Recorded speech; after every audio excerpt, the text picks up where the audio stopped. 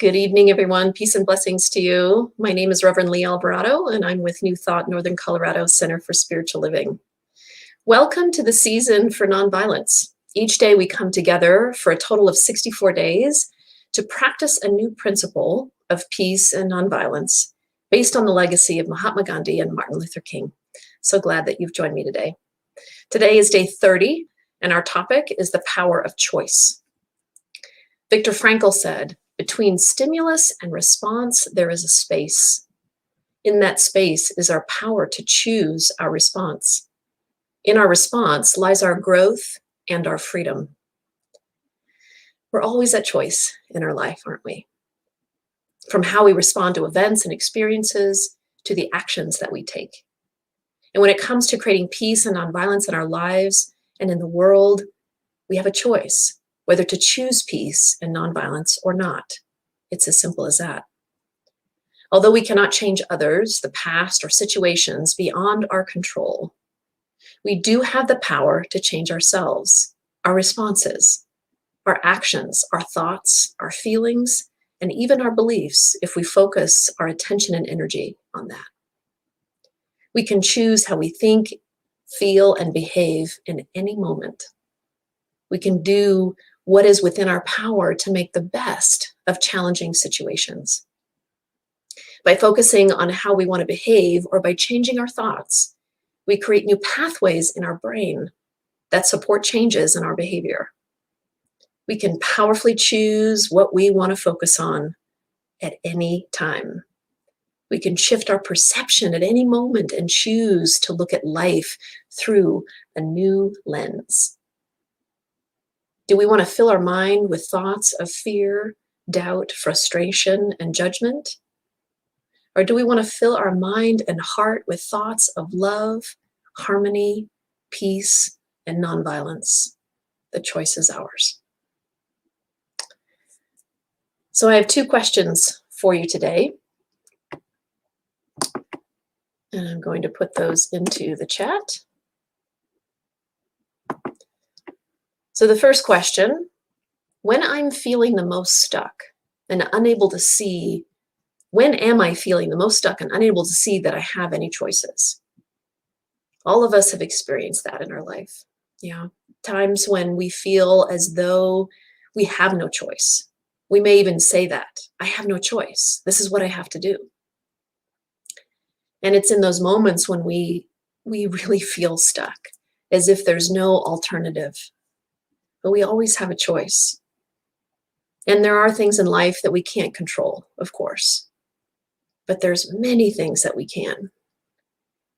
And so as you think about your own life, when have there been moments when you felt stuck, and yet as you look back, you actually could have made a different choice. You actually could have done things differently. But you felt, for whatever reason, as if there were no alternative options for you. And the next question, how does my language reinforce the power of choice rather than the victimhood of I have to or I should?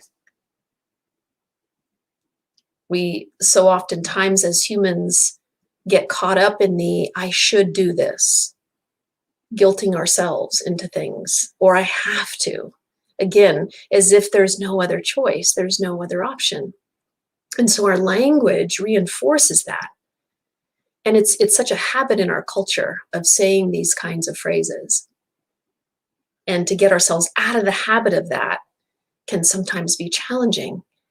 But it's catching ourselves in the moment and then making a different choice to say something different, to create an affirmation, to create a powerful statement that gives us joy, that creates something new within us. That's our choice. It's one of the greatest gifts that we have been given as spiritual beings having a human experience is the power of choice. And as we do that, not only does it empower us, but it also can shift our entire energy in our system, can bring joy when there wasn't any. Everything is seen through one lens, and as we shift our perception, suddenly it's seen through a different one. And how beautiful it is to know that we have the power to shift that. So any thoughts that you'd like to add into the chat about this topic of choice, I'd love to see that. I'm also going to put in the chat our affirmative practice for today.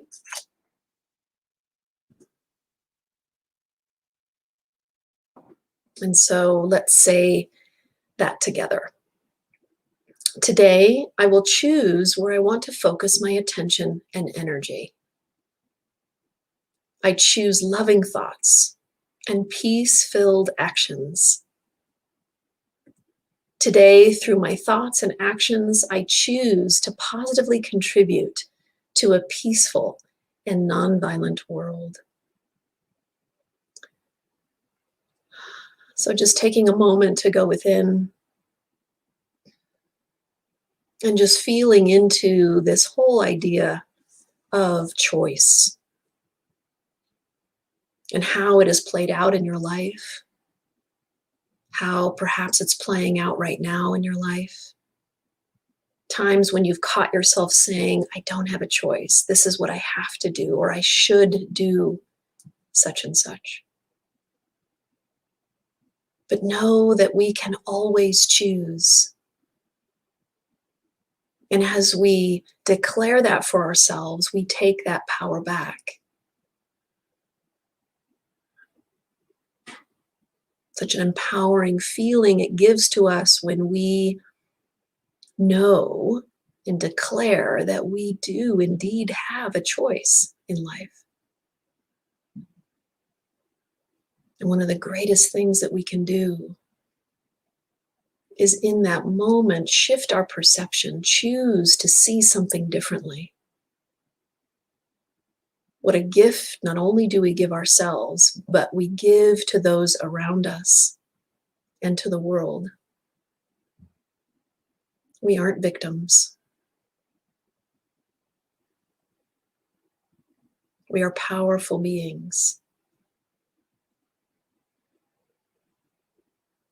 And so let's just take a moment to reflect on that.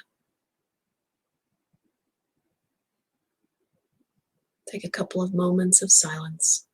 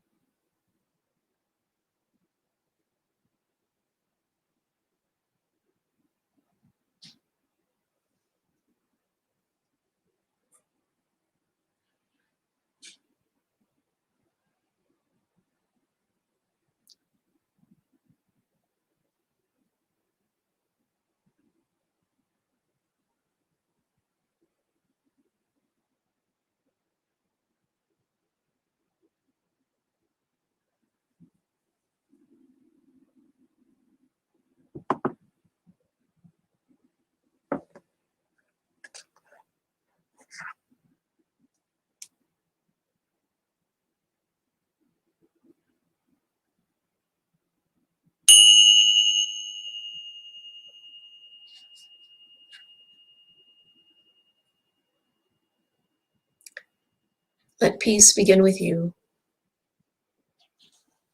Have a beautiful, blessed evening. I look forward to being with you again tomorrow. Tomorrow is day 31, and we'll be talking about the golden way to nonviolence. Namaste. Thanks for being here.